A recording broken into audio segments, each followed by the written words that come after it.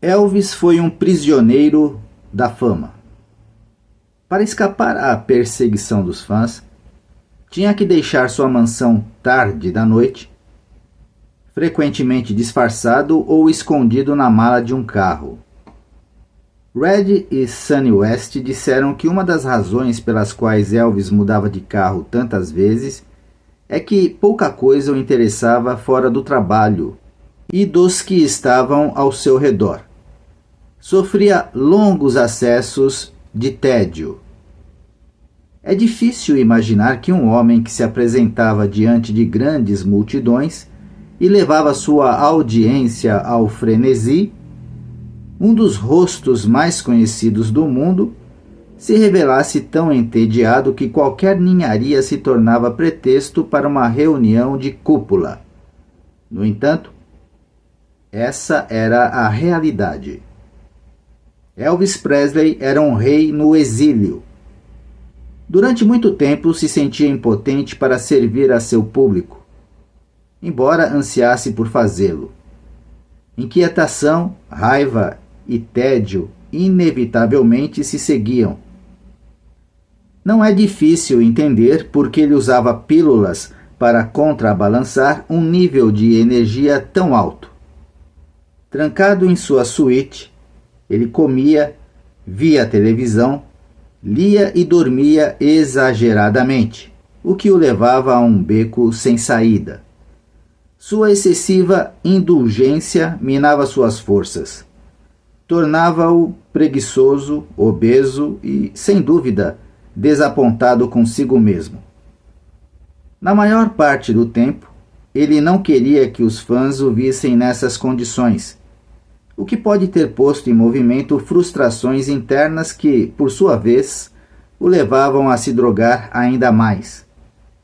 Mais de uma vez, contudo, Elvis conseguia inverter drástica e subitamente esse quadro. Com dieta e exercício, o príncipe sapo transformava-se em rei com o beijo da força de vontade. Elvis Presley podia enfrentar qualquer desafio. Uma vez que um desafio fosse enfrentado, ele buscava outro mais alto. Sentia-se aborrecido com certos tipos de filme que era forçado a fazer, e por ter que cantar as mesmas velhas músicas nos seus shows, queixando-se frequentemente de que ninguém prestava atenção às letras. Embora tivesse grande afeição por seus associados e amigos de longa data, tudo leva a crer que sua excessiva familiaridade com eles levava a sentimentos de tédio e desprezo. Era difícil fazer novas amizades. Em quem deveria ele confiar? Gostariam dele por ele mesmo ou pelo mito que representava? E a questão da segurança. Muito frequentemente chegavam ameaças de morte, sequestro e agressão a membros de sua família. Ele deve ter se questionado com frequência se valia a pena ser Elvis Presley e estar enterrado vivo no mausoléu dourado de Graceland. Não surpreende que tenha começado a questionar o propósito de sua existência. Encontrando a fama tão cedo na vida, Elvis começou sua busca ainda bem jovem. Uma contínua busca por novas ideias e pensamentos filosóficos. A curiosidade insaciável em descobrir uma conexão com algo maior dentro dele. E assim, desvendar a relação dos seres mais elevados com o universo e com Deus. Elvis absorvia e respirava essas ideias, das quais nunca se saciava.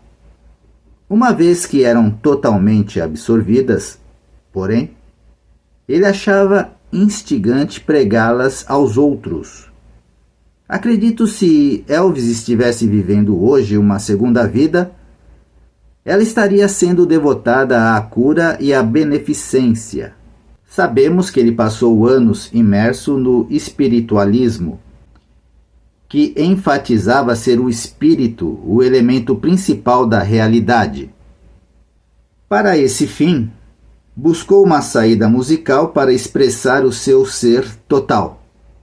O álbum How Great Thou Art foi o resultado desse esforço. E ganhou um Grammy como o melhor álbum do ano.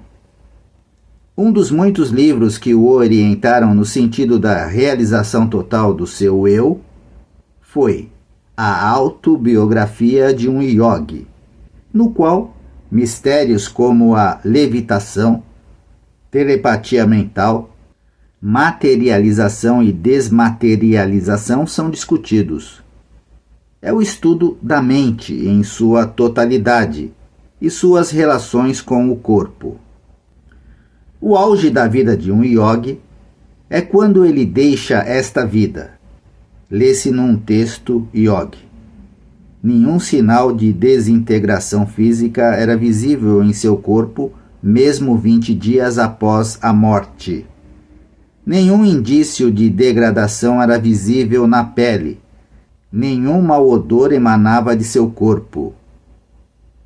Elvis falava disso continuamente enquanto prosseguia em sua busca e seus estudos de yoga, cujo objetivo é basicamente liberar o indivíduo do ilusório mundo dos fenômenos e do ciclo do renascimento.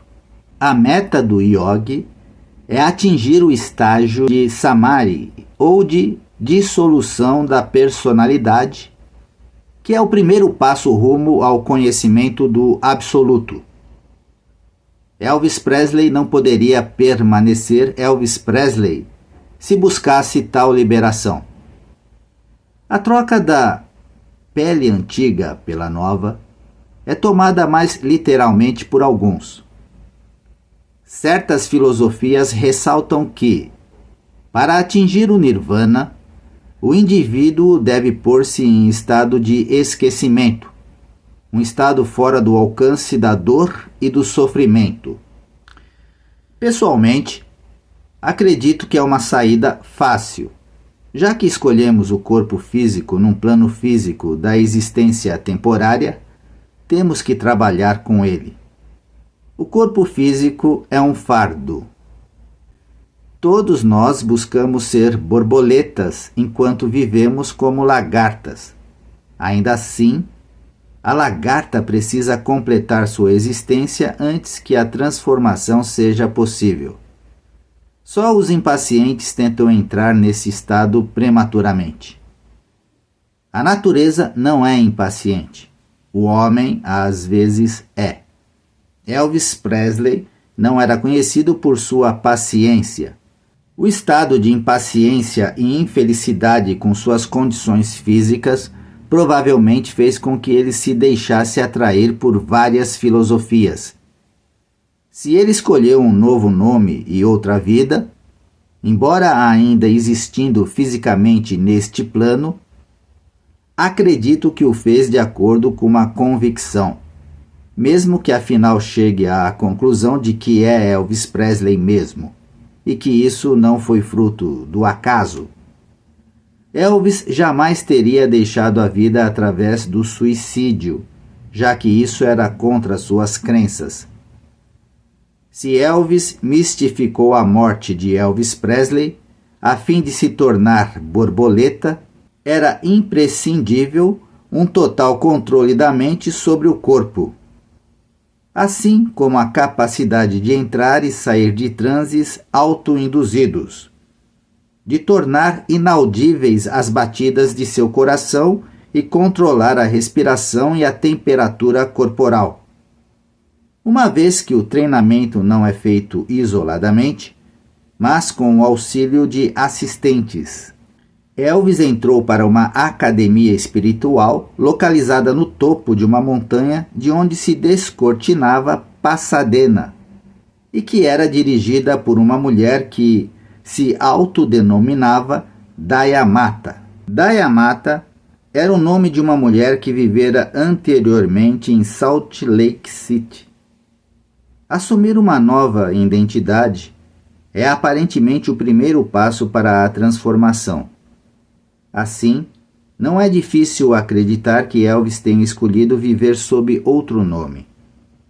Não apenas Elvis abraçou as teorias de uma vida superior, mas também encontrou conforto espiritual nos jardins da meditação da academia. Estava tão impressionado que, por transferência, pôde ter erigido jardins semelhantes em Graceland, onde jaz seu santuário com o seu nome escrito errado. Uma das primeiras coisas que Elvis solicitou à sua líder espiritual foi que o dotasse do poder de materialização e desmaterialização. Seria isso já uma preparação para o futuro? Tais poderes se conseguiam através do treinamento yogi, que se divide em 8 estágios. O primeiro e o segundo estágios são a prática e a observância infalível das virtudes morais. Isso significaria a limpeza do corpo físico, a não violência e um período de castidade. O terceiro e quarto estágios incluem a prática de complexas posturas físicas e do controle da respiração, que pode incluir a respiração através de cada narina separadamente e a retenção da respiração por períodos acima de meia hora, ou, além disso, para os estudiosos mais adiantados, o que dizem Elvis ter sido. O quinto estágio é a abstenção sensorial, na qual órgãos dos sentidos são treinados para não notarem suas percepções. Transe. O sexto estágio é firmar a mente e excluir pensamentos mundanos através da concentração num só objeto.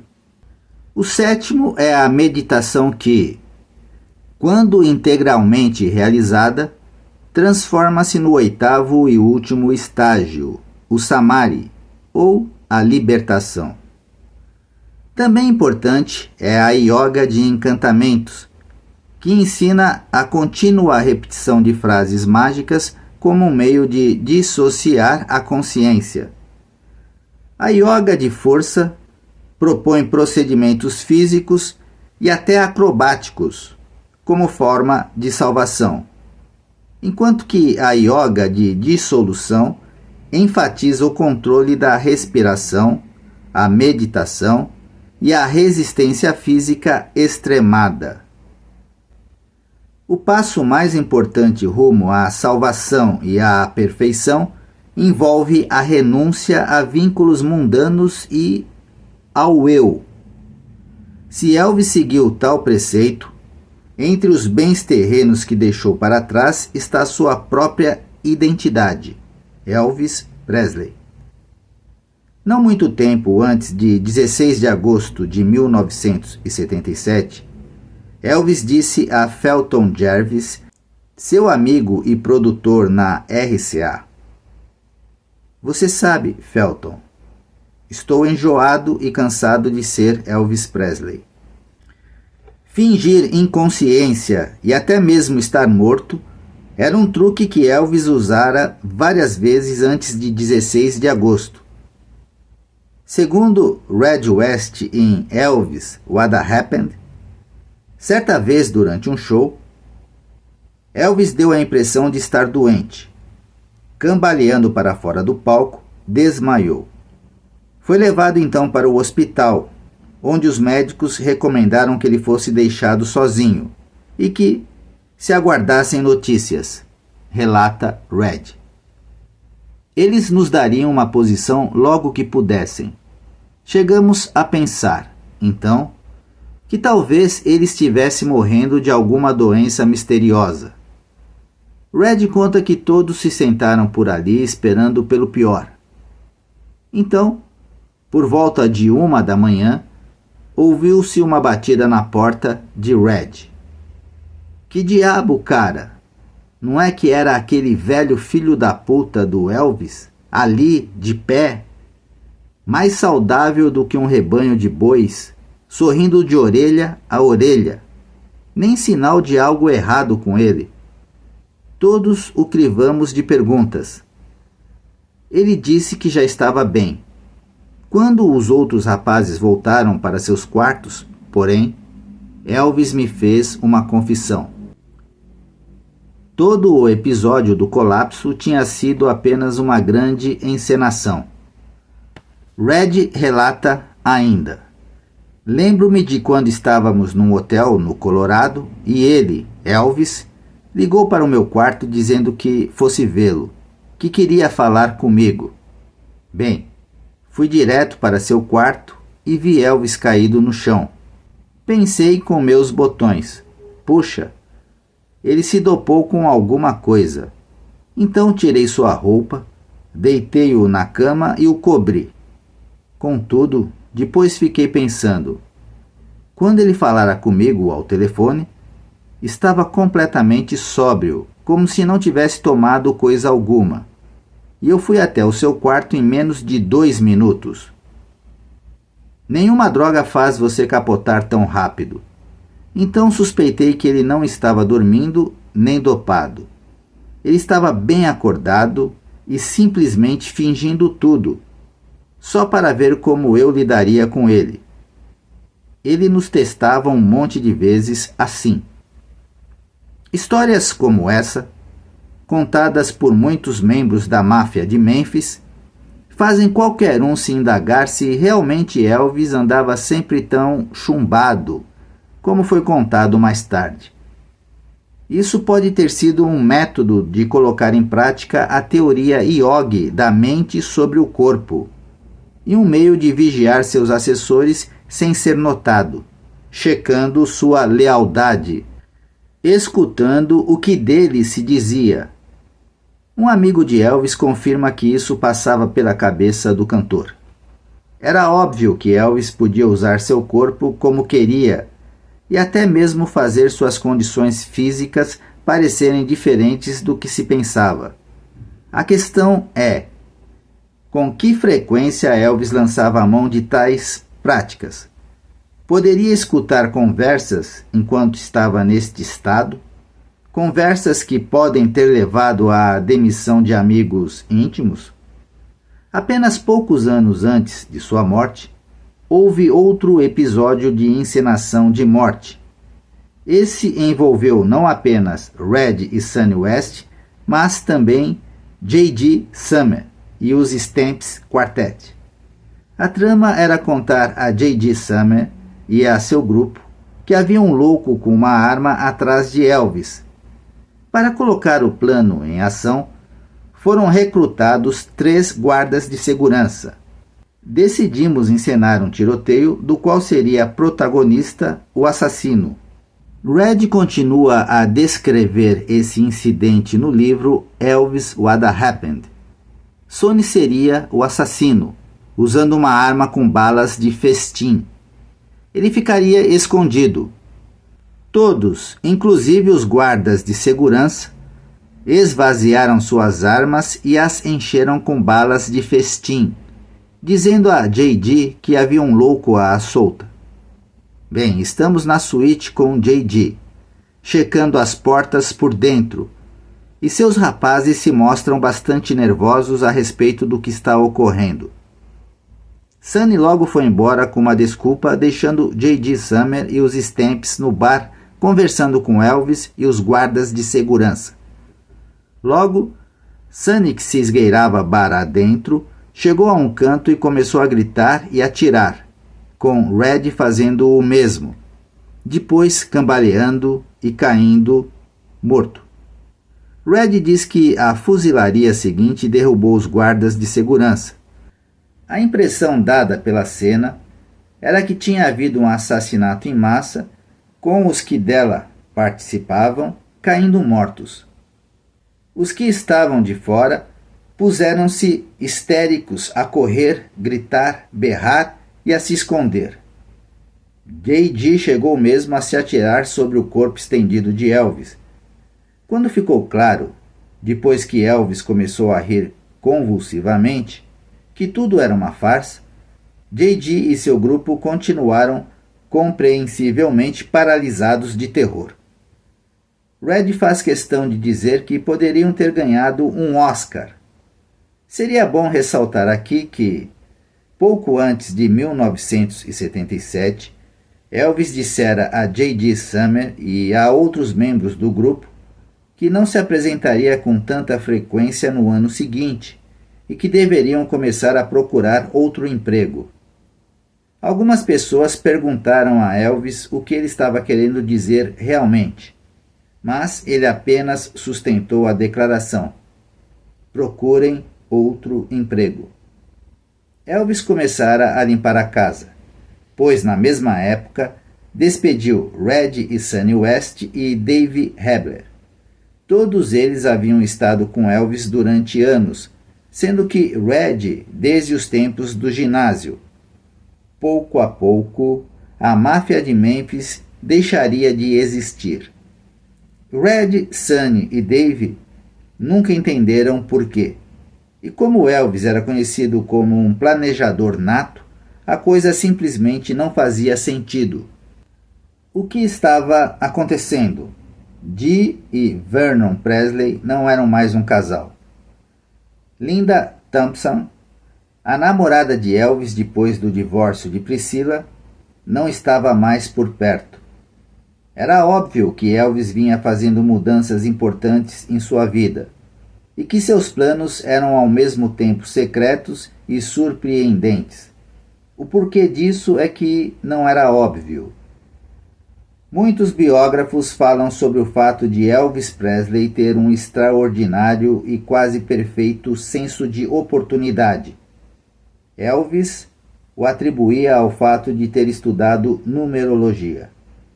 Certos acontecimentos teriam êxito se realizados numa determinada época. É por isso que o dia 16 de agosto de 1977 era perfeito. Mas ele também sabia que, para que alguma coisa aconteça, é necessário agir. O dia 16 de agosto de 1977 não foi o fim de Elvis Presley. Elvis é a causa de Elvis Presley. A pessoa, o místico, o mito. Elvis se tornou o Elvis em que desejava se tornar. Estaria tudo de acordo com sua índole se aquele Elvis não o satisfizesse mais e ele quisesse se deselvisar. Viver como duas pessoas em uma. Começou quando ele nasceu gêmeo de um irmão que ele acreditava idêntico a si mesmo. Uma parte dele que morrera antes de ter uma chance na vida. Importantes estudos foram feitos sobre gêmeos e o surpreendente vínculo entre eles. Até mesmo gêmeos separados ao nascerem e sem conhecimento de tal laço, passam pela vida em busca de e com a sensação de que uma parte deles está faltando. É uma sensação inacreditável, especialmente no caso de gêmeos idênticos, criados de um óvulo que se divide em duas metades. Isso lembra uma conversa em que Orion, o cantor, fosse lá o Orion que fosse, falou sobre a questão dos gêmeos idênticos. Gêmeos idênticos vêm de um óvulo, dissera ele. No momento da concepção existe apenas uma alma, mas depois o óvulo se divide e se torna duas pessoas. Acredito agora que a alma se divide também, indo cada metade para um corpo diferente. Se um desses corpos morre ao nascer, estou certo de que a alma do gêmeo moribundo volta para o corpo do gêmeo vivo, o que significa que o gêmeo vivo terá duas vezes o talento e a fama, mas também duas vezes a tristeza e a dor. Tal conversa ficou gravada em minha mente, especialmente porque ocorreu muito antes que a maioria das obras biográficas sobre Elvis fossem lançadas. Livros que não apenas enfatizavam o profundo sentimento de perda de Elvis a respeito de seu gêmeo ausente, mas também como Elvis se sentia completamente à vontade, levando uma vida dupla. Muitos biógrafos de Elvis discutiram seu duplo sentimento de poder e impotência. Por um lado, ele havia, como Alain Dundee escreveu em Elvis and Gladys, dominado a morte. Era ele quem sobreviveria, ao mesmo tempo que fora impotente para salvar o irmão. Provavelmente sentia-se culpado. Ele vivera, Jesse Garon não. Como a maioria de nós que cresceu nas décadas de 40 e 50, Elvis teve a imaginação incendiada pelos heróis das revistas em quadrinhos e do rádio daquela época. Muitos heróis dessas revistas tinham uma dupla identidade. Clark Kent de dia, Super-Homem à noite. Quando penso no cantor Orion e sua máscara, lembro-me de que muitos dos heróis admirados por Elvis também usavam máscara. Coincidência? Se havia 2 Orions, cada um com uma máscara, isso se refletiu até em minha vida. Sei que pelo menos um Orion é um homem chamado Jimmy Ellis. E o outro? A verdade é extensamente pesquisada e revelada em Elvis and Gladys, onde se relata a simbiose de Elvis com o Capitão Marvel Jr. Este era um herói. Mas, na vida normal, era o frágil Fred Freeman. Elvis era tão cativado pelo herói que foi este quem modelou a postura autoritária de Elvis. As pernas exultantemente afastadas, os graciosos gestos das mãos espalmadas, com os dedos estendidos, os polegares esticados. O Capitão Marvel Jr. criou o estilo de Elvis. Cabelo brilhante, partido do lado, uma mecha caindo sobre a sobrancelha, as costeletas, o cabelo crescendo o pescoço abaixo. Muito depois viriam a capa e o emblema do relâmpago do Capitão Marvel Jr. de Elvis na coleção de joias TCB, tomando conta dos negócios, e TLC, cuidando com carinho e amor. O relâmpago exibido na cauda do avião particular de Elvis, o Lisa Marie, é quase idêntico ao usado nas séries do Capitão Marvel Jr. A roupa, a capa, a postura identificavam Elvis Presley com o herói. Rick Stanley diz que era a criança que havia em Elvis que o fazia querer ser um cruzado contra o mal, como o Capitão Marvel. Com uma dupla identidade como Fred Freeman, o Capitão Marvel Jr. podia levar uma existência cotidiana normal. Como o Capitão Marvel Jr., ele podia lutar contra o crime e ajudar a tornar um mundo mais seguro. Para provar meu ponto de vista, sugiro a leitura de muitas biografias escritas desde a morte de Elvis. Invariavelmente a história se repete. Elvis era fascinado pelas instituições policiais. Numa ocasião, assistiu a um funeral vestido com o uniforme de capitão de polícia. Numa outra ocasião, usou o uniforme idêntico para uma sessão de gravação em Memphis. Colecionava distintivos, armas e emblemas de autoridades. Tornou-se íntimo das divisões de reforço da lei e dizia-se que era obcecado pelo tipo de autoridade dada por um distintivo ou uniforme. Sua participação como observador nas operações em viaturas da polícia era do conhecimento de muitos. Certa vez, se disfarçou com um macacão acolchoado e uma máscara de esquiar. E o maior golpe de todos, ir ao Salão Oval, na Casa Branca, e fazer com que o presidente Richard Nixon o indicasse como agente especial do Departamento de Narcóticos e Drogas Perigosas.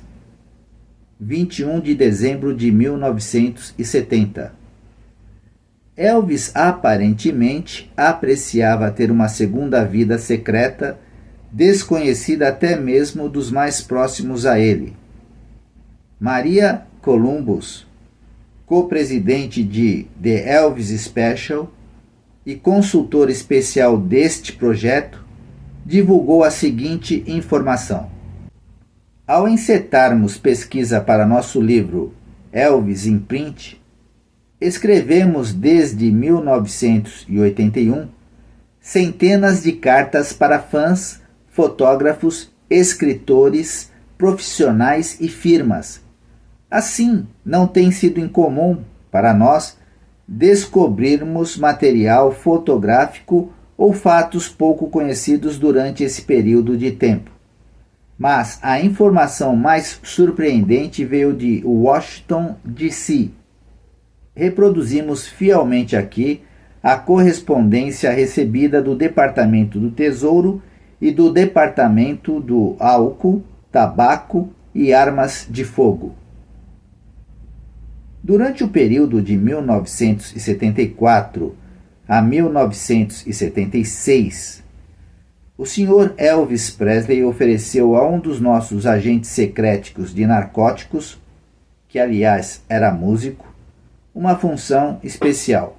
O Sr. Presley confirmaria, para qualquer um que perguntasse, que o agente músico era membro de uma das suas bandas que faziam turnês. Embora o Sr. Presley não estivesse ativamente envolvido em nenhuma investigação, fez todo o possível para que o nosso agente desenvolvesse inúmeras investigações de importância. Elvis foi presenteado com um certificado de agradecimento pelo Departamento do Álcool, Tabaco e Armas de Fogo, na pessoa do seu diretor regional, em 1976. Tal certificado pode ser visto na Sala dos Troféus em Graceland.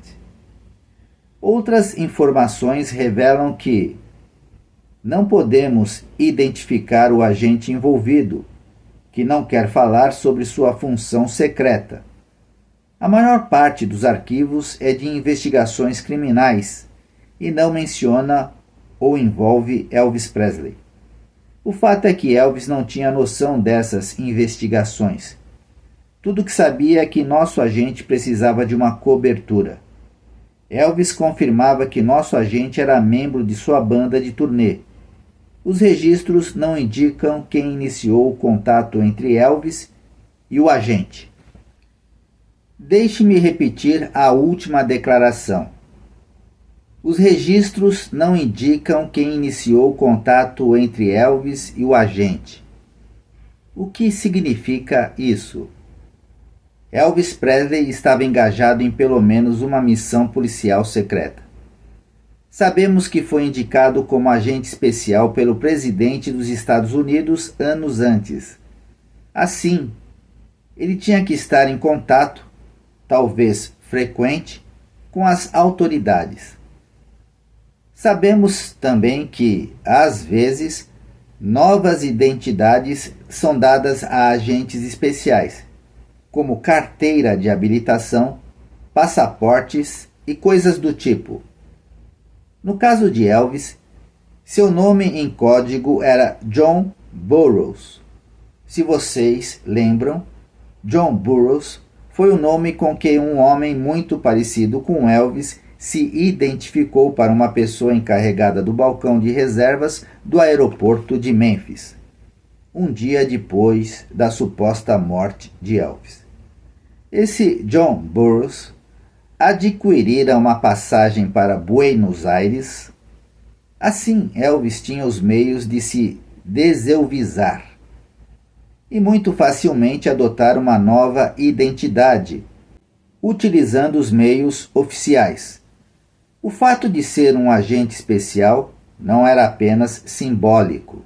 Elvis Presley era o Capitão Marvel Jr. e John Burroughs era Fred Freeman. Elvis era um Freeman.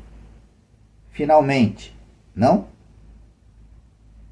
Os nomes eram importantes para ele, e o de John era o seu favorito. John Barron fora o nome que Priscila e ele haviam escolhido caso Lisa tivesse sido um menino. Barron também continha o nome Aaron, Um fã me chamou a atenção para o fato de que o novo filho de Priscila era Navarone, também contendo Aaron. Seria compreensível que Elvis usasse esse nome se estivesse vivo?